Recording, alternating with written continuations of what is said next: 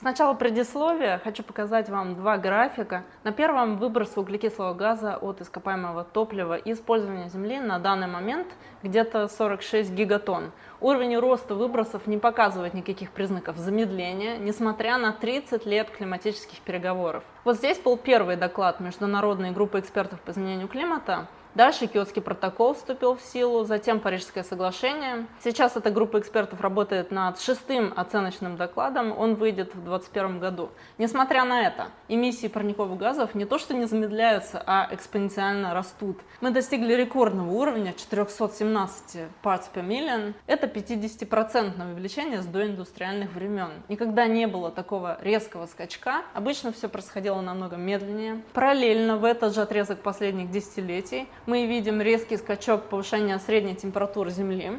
Опять же, средняя скорость повышения температуры сейчас в 10 раз выше, чем за последний миллион лет, а 20 самых жарких лет на Земле приходятся на последние 22 года метеонаблюдений. Давайте возьмем конкретный пример от 30 июня 2020 года. Экстремальная жара на краю Северного Ледовитого океана. Сегодня в России были отмечены удивительные плюс 34 градуса. Это примерно на 20-25 градусов теплее, чем обычно. Обратите внимание, сколько открытой воды. Морской лед под ударом.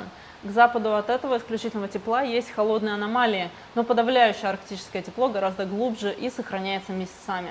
Климат меняется.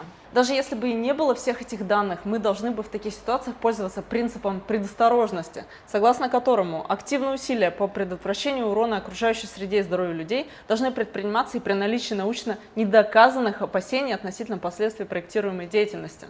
Мне кажется, неувязкой то, что мы гробим экономику ради вируса, который, возможно, влияет на 0,1% мирового населения, но когда речь идет о выживании всего человечества, то все сразу вдруг упирается в бюджет. И далеко за примером ходить не надо. На базовую модернизацию теплоэлектростанций в России денег типа нет.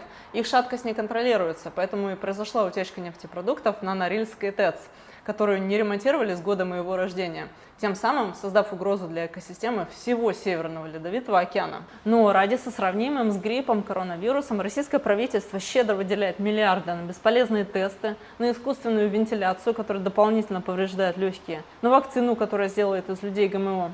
Я была бы рада хотя бы 1/10 всей этой коронаупертости, направленной в отношении улучшения экологической обстановки.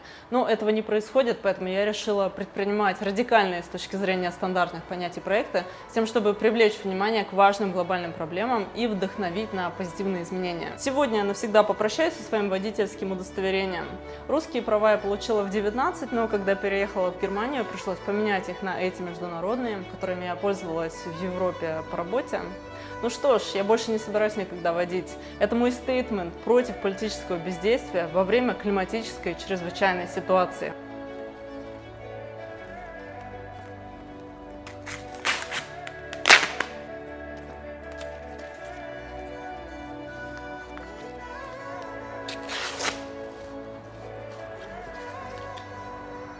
Я выстраиваю свою жизнь таким образом, чтобы пользоваться только велосипедом и по необходимости общественным транспортом. И в машине вижу непозволительную в текущей обстановке роскошь. То же самое касается и новых электроавтомобилей. На мой взгляд, это несоизмеримая трата ресурсов, даже с учетом всех их новых эко-наворочек.